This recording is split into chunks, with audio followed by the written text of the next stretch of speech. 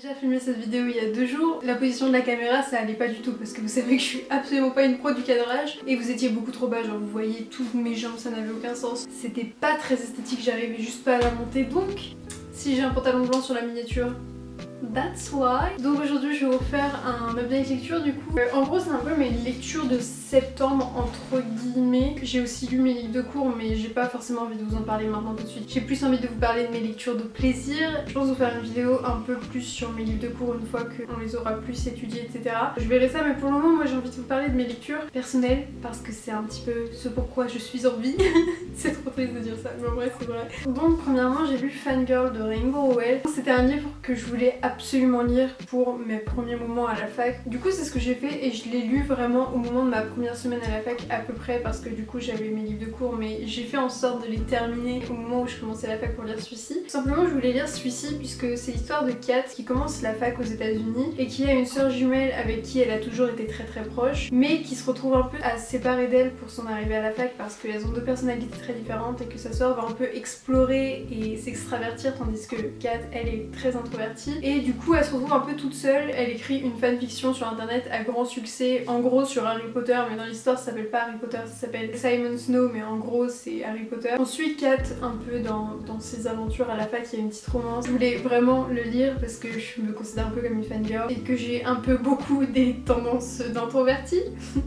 C'est beau de se dire un peu. C'est vrai qu'au début ça a fait un peu ce que j'attendais, genre dans les 100 premières pages je m'identifiais vachement à ce qui était dit. J'arrêtais pas de tout souligner et de me dire oh mon dieu mais c'est moi, genre je me sentais tellement vue et comprise. Mais après c'est vrai que ça a un peu tombé dans ce truc des contemporains young adultes qui je me rends compte sont un peu des lectures average pour moi, des lectures un peu moyennes, plus forcément ce pourquoi j'aime la lecture. Je pense que je m'accroche à l'idée que c'est des trucs que je kiffe lire parce que c'est des trucs que je surkiffais genre quand j'ai commencé à lire et que maintenant voilà genre j'ai évolué normalement et c'est plus forcément mon type d'histoire de prédilection. J'ai mis 3 étoiles il me semble et c'est un peu genre maintenant ce qui m'arrive genre automatiquement quand je lis un contemporain young adulte. Je traite pas plus de sujets importants que c'est juste plus pour une romance. Maintenant en fait c'est con à dire mais quand je lis une romance j'ai besoin de plus que du cutesy content genre. Sinon c'était vraiment bien, je pense juste que c'est important, enfin j'avais jamais entendu parler d'aucun trigger warning sur ce livre et je pense que c'est quand même important d'adresser qu'il y a quand même certains trigger warnings surtout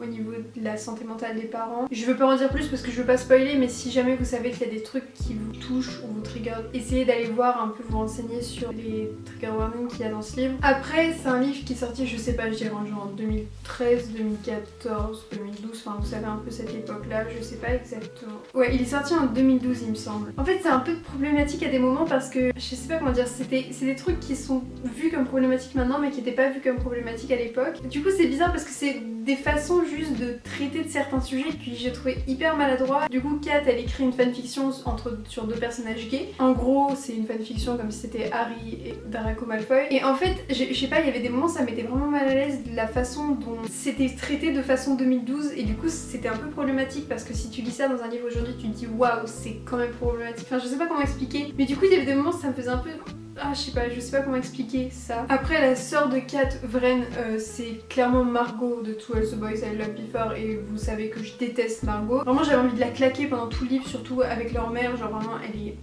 Après il y a aussi des trucs hyper cool, genre par exemple le fait que le love interest, enfin l'intérêt amoureux, je sais pas comment traduire. Il est pas décrit 100 milliards de fois sur son apparence physique et sur à quel point il est magnifique etc. Et même pareil pour Kat, il est plus décrit dans sa personnalité et ça c'est vraiment rafraîchissant à voir. J'espère Rainbow Rowell doit avoir un truc avec les sourcils parce qu'il y avait tellement de descriptions de sourcils dans ce livre. C'était fou. Genre ça doit être un fétichisme des sourcils, je sais pas, mais c'était trop drôle. J'étais tout le temps à me dire mais oh encore des sourcils, genre elle faisait que parler des sourcils, ça me faisait trop rire. Après ah si, il y a quand même un truc, mais ça c'est vraiment un pet peeve personnel. Le mec il arrêtait pas d'appeler Kat Sweetheart et je trouvais ça horrible. Je cringeais à fond, je pourrais jamais que quelqu'un m'appelle Sweetheart. Je trouvais ça tellement cringy, genre j'avais l'impression qu'il se foutait de sa gueule quand il l'appelait comme ça, mais non en fait c'était sérieux. Je ressentais pas vraiment l'amour entre les deux personnages, je trouvais ça un peu platonique. C'était pas forcément ce que j'attendais pour commencer la fac, genre un peu un Radio Silence vous voyez. En parallèle je lisais Percy Jackson le tome 1, donc And the Lightning Thief de Rick Riordan. Donc je l'écoutais en fait en audiobook parce que ça fait super longtemps que j'ai celui-ci dans ma pile à lire. Je sais pas pourquoi mais je m'obstinais, je voulais pas le commencer avant d'avoir terminé les Harry Potter mais du coup Vous savez que j'ai un peu arrêté ma lecture, heureusement. J'ai enfin pu commencer ça. Je sais que j'ai un peu du mal avec les middle grade et ça du coup c'est un middle grade. Et je me suis rendu compte récemment que j'avais beaucoup plus de facilité à lire un middle grade et à en profiter quand c'était un audiobook. J'avais vu qu'il y avait celui-ci disponible sur YouTube gratuitement, donc du coup je l'ai écouté en audiobook sur YouTube. Au début j'ai franchement bien aimé, franchement c'est super drôle. Malheureusement j'ai pas autant profité que ça déjà parce que c'est un middle grade. Mais c'est que je trouve ça mignon, je vois pourquoi on aime ça, je comprends pourquoi les gens aiment ça, mais j'arrive juste pas à rentrer dans l'histoire. Je suis vraiment mais à chaque fois tellement en dehors de l'histoire et je suis spectatrice, je trouve ça mignon, genre je me rends compte pourquoi les gens aiment, mais juste moi ça me met pas dans l'histoire. C'est pas vraiment ce que je cherche quand je lis un livre, d'être spectatrice à ce point là quoi. Et en plus de ça je l'ai écouté en audiobook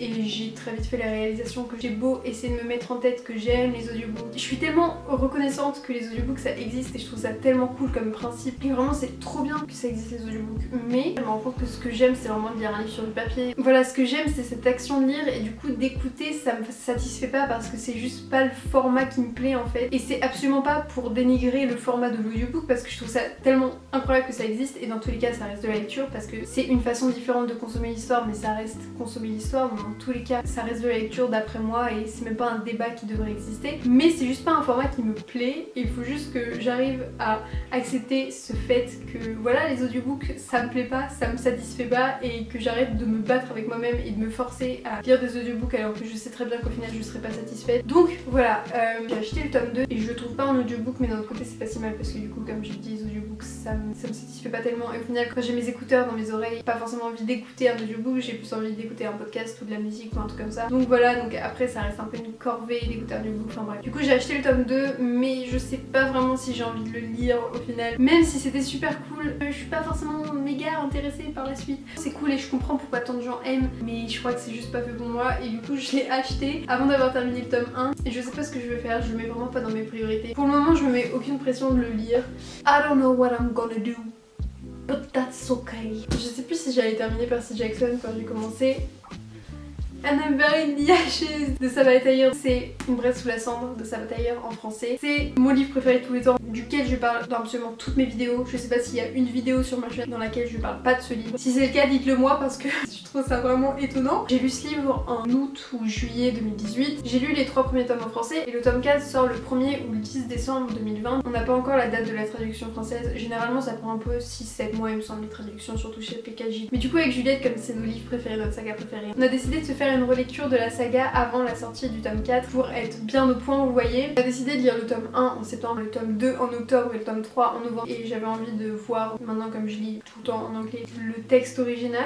Ça m'a fait exactement le même phénomène qu'à ma première lecture. D'abord je vais vous faire un résumé, je vous ai jamais fait de résumé de ce livre sur ma chaîne je crois. En gros c'est de la fantasy, on est dans un monde pays dans lequel en gros on suit 2 peuples, les Scholars, je me rappelle plus comment ça a été traduit en français, et les Martials. Et il y a plus de 500 ans, les Martials ont mis les Scholars en esclavage. Cette histoire elle est sous 2 perspectives, enfin sous 2 points de vue. Elias qui est un Martial et Laia qui est une Scholar. Elias il est élève à Blackleaf qui est en gros la plus grosse école de masques du pays si c'est pas la seule. Et les masques c'est des soldats en gros, des monstres, l'armée du pays, enfin des Martials. Et un soir Laia voit toute sa famille se faire tuer juste devant ses yeux et son frère se faire enlever par un masque. Donc elle décide de se rallier avec la résistance pour essayer de faire libérer son frère. Et donc la résistance l'envoie en esclavage à Blackleaf pour espionner sur la commandante. Et donc leurs chemins s'entremêlent on va dire. Elias c'est le meilleur personnage de toute la terre, je le dis tout le temps mais c'est l'amour de ma vie. Genre vraiment s'il y a un personnage que je pouvais ramener à la vie, je pense que ce serait Elias. Mes book boyfriend ultime, comme vous savez, c'est un peu Kaz et Elias qui se battent en duel. Kaz, je douterais un peu de sa capacité à faire le bien,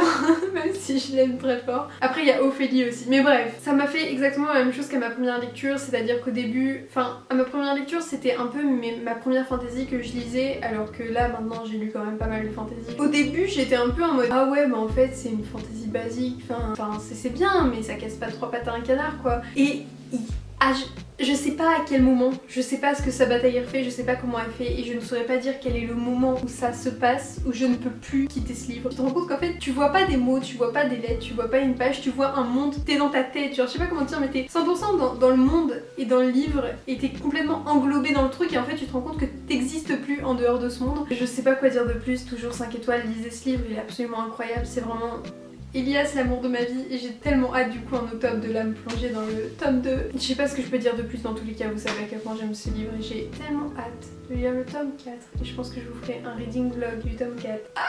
Et ensuite du coup la semaine dernière j'ai lu le tome 2 de The Raven Boys de Maggie Stiefvater, donc de Dream Thieves. Cette saga je la lis en lecture commune avec Agathe de la chaîne Brunel. On avait lu le tome 1 il me semble en juin. Il faut savoir que cette dernière semaine j'ai un peu du mal, pas à lire parce que justement j'ai très envie de lire, que c'est ma drogue et que je pense qu'à une seule chose quand je rentre chez moi c'est de lire, mais que j'ai juste pas le temps. C'est horrible parce que vraiment c'est un manque de temps mais qui est tellement frustrant. J'ai juste pas le temps de lire et donc du coup cette semaine où j'ai commencé à lire ce livre j'avais l'impression juste d'être tellement frustrée parce que j'avais une seule envie, c'était de lire ce livre. C'est pas vraiment le genre de livre que tu peux lire genre une page par-ci, une page par-là. C'est toujours un peu compliqué de lire les 5 premières pages et de se remettre dans la lecture et après une fois que tu y es tu peux plus le quitter, mais du coup c'est le genre de truc qu'il te faut des grosses périodes. En tout cas moi ça me fait ça et on parlait de ça avec Agathe, on est un peu d'accord pour ça, où il faut plutôt des grosses périodes de lecture pour pouvoir le lire. Quand je suis rentrée chez moi le week-end, que je me suis retrouvée le soir, ne pas avoir de réveil à me mettre le lendemain matin, vraiment je suis arrivée chez moi le vendredi soir, j'étais même pas fatiguée alors que j'ai été épuisée pendant toute la semaine. Je voulais juste une seule chose, c'était lire ce livre et du coup j'ai pas pu le quitter et j'ai lu la deuxième moitié jusqu'à 4h du matin et je l'ai terminé parce que j'arrivais pas à le reposer, que j'étais juste trop dans l'histoire. C'était tellement agréable. Le tome 1 du coup, parce que là c'est un tome 2, je vais faire le résumé du tome 1. Il me semble que juste le tome 1 a été traduit en français. C'est un peu du surnaturel et en gros on est à Henrietta qui est une petite ville aux États-Unis et on suit Blue qui est la fille d'une famille de psychics, de voyantes. Et Blue elle a pas vraiment de pouvoir mais elle a un peu le pouvoir le plus frustrant au monde, c'est-à-dire que son pouvoir c'est d'en gros être un amplificateur, donc elle amplifie les pouvoirs des gens autour d'elle mais elle peut rien faire donc c'est un peu frustrant. Et parallèlement à ça on suit les Raven Boys, donc on suit un groupe de 4 garçons qui sont étudiants à Aglian Bay Academy, donc en gros une école très prestigieuse pour des garçons très riches, dont Gency, je sais pas trop quoi, moi je dis Gency, qui est un peu le maître du groupe, qui est obsédé par le roi Welsh Glendower, qui a vraiment été vivant genre dans les années 1500 il me semble, et il est persuadé qu'en fait il est jamais vraiment mort et qu'il a été enterré vivant et qu'il est toujours vivant, et il veut absolument retrouver Glendower et c'est absolument super. L'ambiance est incroyable, l'écriture de Maggie Stiefvater est tellement atmosphérique, c'est ouf, c'est vraiment atmosphérique donc tu dois te faire un peu à la plume de l'autrice, mais une fois que t'es dedans genre vraiment ça t'englobe complètement et c'est tellement bien, j'ai juste surkiffé. Moi je suis team Gency, je suis absolument pas team Adam, je kiffe tous les garçons mais j'avoue que j'ai un peu plus de mal avec Adam et je suis 100% team Gency. Il me fait trop penser à Warner dans Shatter Me, c'est un peu trashy, genre vous voyez ça a été écrit genre je pense en 2015 ou un truc comme ça, et il y a des moments par exemple t'as des scènes ils sont obsédés par leur voiture et t'as des scènes juste des pages entières de poursuites de voitures et j'étais un peu là à lever les yeux au ciel à me dire ça me faisait un peu cringe ce truc de bataille de voiture et gros bonhomme, grosse voiture tu vois. C'est le trashy qu'on aime ou du moins que j'aime donc voilà. C'est doudou comme lecture. Ça, ce trope de found family, donc en gros de famille trouvée, de groupes d'amis qui est tellement important qu'ils se retrouvent en found family et je trouve ça tellement incroyable. J'aime tellement. Et en plus de ça pendant ma lecture j'écoutais des playlists Lofi sur YouTube genre Lofi for Ghost et tout et j'en ai une bouffée mais je sais pas combien, genre des playlists de 1 à 2 heures et c'était tellement bien. Vraiment je vous conseille de faire ça si vous lisez ce livre parce que c'était incroyable alors que pourtant je suis incapable de me concentrer sur ma lecture si j'ai du son. C'est tout pour mes 4 dernières entre guillemets lectures. Sur ce, dites-moi vous ce que vous avez lu récemment et aussi si vous avez lu un de ces livres et ce que vous en avez pensé. Voilà, j'espère que cette vidéo vous aura un minimum plu. Je vous embrasse et je vous dis à la prochaine. J'ai trop faim. Si vous allez manger, commentez bon appétit. Bon appétit. Love you. Bye.